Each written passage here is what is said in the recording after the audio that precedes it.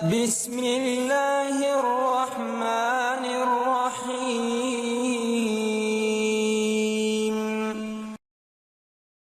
صحیح بخاری حدیث نمبر 1۔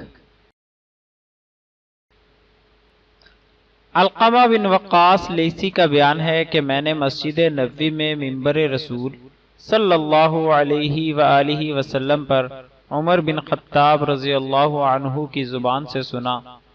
وہ فرما رہے تھے کہ میں نے جناب رسول صلی اللہ علیہ وآلہ وسلم سے سنا، آپ صلی اللہ علیہ وآلہ وسلم فرما رہے تھے کہ تمام اعمال کا دار و مدار نیت پر ہے، اور ہر عمل کا نتیجہ ہر انسان کو اس کی نیت کے مطابق ہی ملے گا۔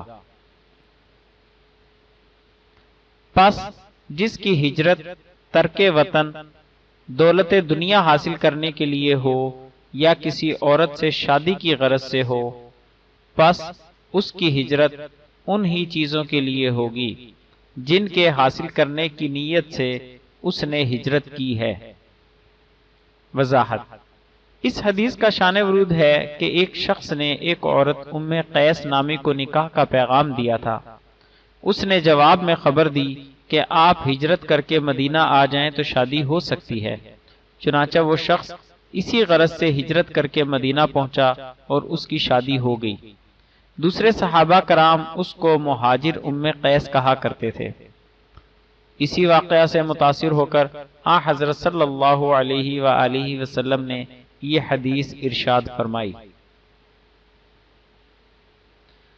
عمل کی مقبولیت کا دار و مدار نیت پر ہے، لہذا وضو، غسل، نماز، روزہ، حج اور تمام عبادات کے لیے نیت کا ہونا ضروری ہے، اور اسی پر فقہاء کا اجماع ہے، سوائے امام ابو حنیفہ رحمہ اللہ کے۔ ان کے نزدیک وضو اور غسل جنابت میں نیت واجب نہیں بلکہ سنت ہے۔ عربی زبان میں دلی ارادے، عزم اور قصد کو نیت کہتے ہیں۔ حدیث انما الاعمال بالنیات کی بابت علامہ قسطلانی رحمہ اللہ فرماتے ہیں، یہ حدیث ان احادیث میں سے ایک ہے جن پر اسلام کا دار و مدار ہے۔ امام شافعی رحمہ اللہ اور احمد رحمہ اللہ جیسے اکابر امت نے صرف اس ایک حدیث کو علم دین کا تہائی یا نصف قرار دیا ہے۔ نماز کی نیت زبان سے کہنا نبی صلی اللہ علیہ وآلہ وسلم، صحابہ کرام رضی اللہ عنہم اور تابعین رحمہ اللہ میں سے کسی سے ثابت نہیں ہے، لہذا اس زبانی عمل سے اجتناب کرنا چاہیے۔ امام بخاری رحمہ اللہ نے عملوں کا دار و مدار نیت پر ہے اس حدیث کو بخاری شریف کے آغاز میں کتاب الوحی میں اس لیے ذکر فرمایا کہ بخاری شریف پڑھنے والا اپنی نیت درست کر لے۔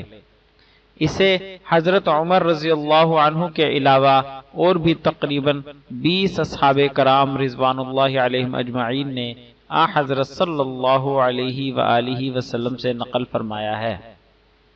مزید اسلامی معلومات حاصل کرنے کے لیے ہمارے چینل کو سبسکرائب کریں اور ہماری ویڈیوز کو لائک اور شیئر ضرور کریں۔ شکریہ، جزاک اللہ خیرہ۔